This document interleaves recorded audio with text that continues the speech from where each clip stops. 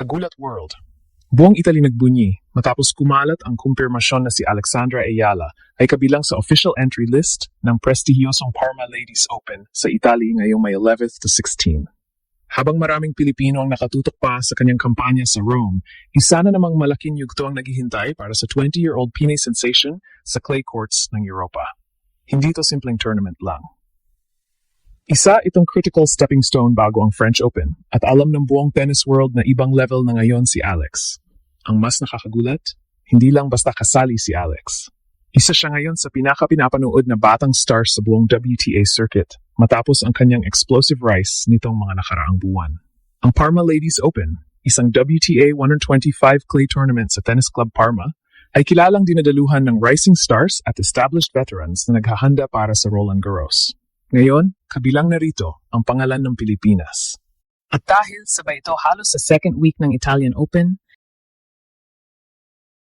malinaw na agresibo ang schedule ni Alex para mas mahasa pa ang kanyang laro sa clay. Ibig sabihin, seryoso ang kampo niya sa paghabol ng mas mataas na ranking at mas malaking breakthrough sa Grand Slam stage. Hindi na ito basta future star conversation. Unti-unti na nagiging tunay na contender si Alex sa pinakamalalaking torneo sa mundo. Habang ang ibang bansa ay naghahanap pa lang ng susunod nilang tennis icon, ang Pilipinas mukhang mayroon na. Sa totoo lang, kakaiba na ang tingin ngayon ng Europe kay Alex. Hindi na siya basta promising Asian teenager. Hindi na rin simpleng Rafael Nadal Academy graduate.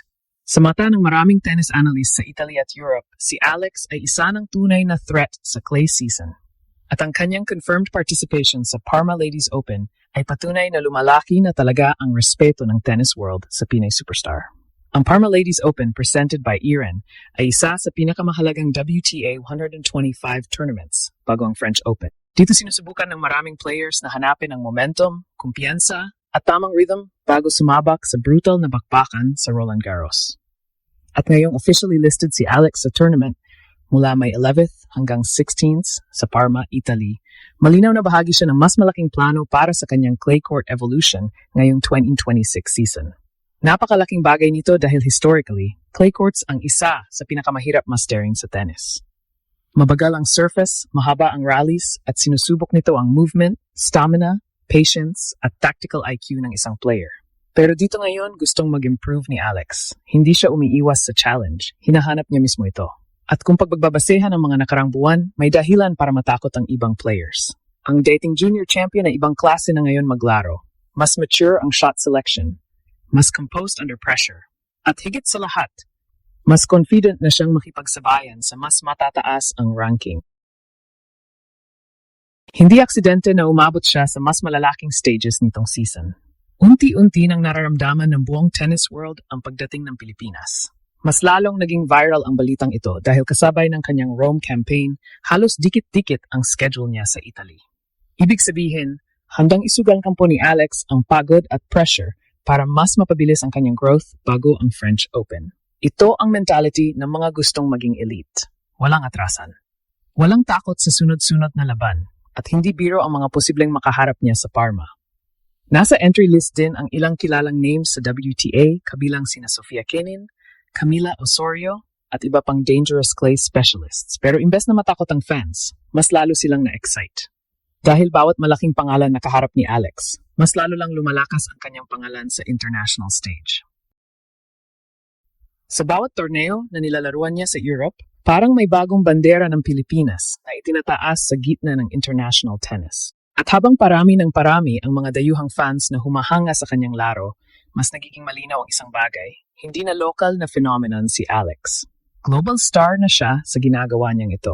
Pero ang pinaka-nakabighani rito, hindi lang simpleng additional tournament ang Parma Ladies Open para kay Alex.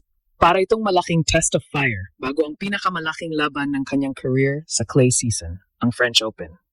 At alam ngayon ng maraming observers sa Europe na bawat laban ni Alex ay hindi na basta developmental experience lang. May expectation na, may pressure na, at may totoong paniniwala na kaya niya manggulat ng mas malalaking pangalan sa WTA Tour. Sa katunayan, mismong Italian tennis media at organizers ng Parma Ladies Open ay nagsimulang magbigay ng espesyal na atensyon kay Alex. Sa official tournament features, isa siya sa mga players to watch Ngayong torneo, dahil sa kanyang meteoric rise nitong 2026 season, hindi lahat ng batang player ay nabibigyan agad ng ganitong spotlight sa Europe. Lalo na kung galing sa bansang hindi tradisyonal na tennis powerhouse gaya ng Pilipinas. Pero iba ang epekto ni Alex ngayon. At may dahilan kung bakit seryoso na ang tingin sa kanya ng international tennis community.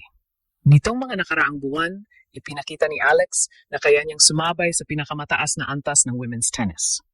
Ang kanyang maturity sa rallies, improved serve placement, at fearless baseline exchanges laban sa elite opponents ay unti-unting nagiging trademark niya.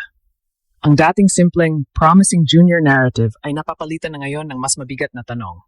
Hanggang saan kayang umabot ni Alexandra ngayong 2026? Lalong umiinit ang excitement dahil loaded ang Parma Field ngayong taon. Naroon ang mga veteranong clay specialists, former Grand Slam contenders, at mga players na desperadong makabuo ng momentum bago ang Roland Garros.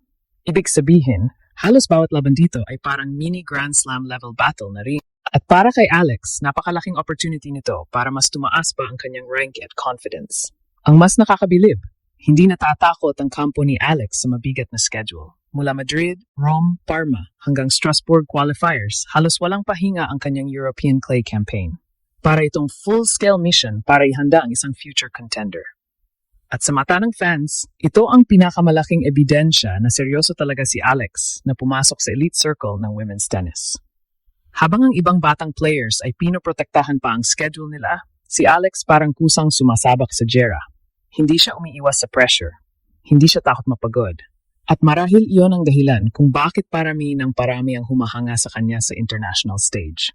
Nakakagulat din isipin na ilang taon lang ang nakalipas. Si Alex ay isa lamang junior standout mula sa Rafael Nadal Academy. Ngayon, isa na siyang globally recognized Filipina athlete na regular ng laman ng WTA headlines at European sports discussions. At habang papalapit ang French Open, parang may isang malinaw na mensaheng gustong iparating ni Alex sa buong tennis world. Hindi siya napunta sa Europe para lang matuto. Napunta siya rito para manalo. Habang patuloy na lumalaki ang pangalan ni Alex sa Europe, mas lalong nagiging emosyonal ang suporta ng mga Pilipino sa kanyang paglalakbay. Ang confirmed participation niya sa Parma Ladies Open ay hindi lang simpleng tournament update. Simbolo ito na unti-unti nang pumapasok ang Pilipinas sa pinakamataas na antas ng world tennis. Sa bawat clay court battle, bawat viral moment, at bawat laban kontra elite opponents, mas lumalakas ang paniniwala na may isang Filipina na kayang gumawa ng kasaysayan. At kung magpapatuloy ang ganitong momentum ni Alex, baka hindi na malayo ang araw na buong mundo naman ang tuluyang mabigla sa isang Pinay champion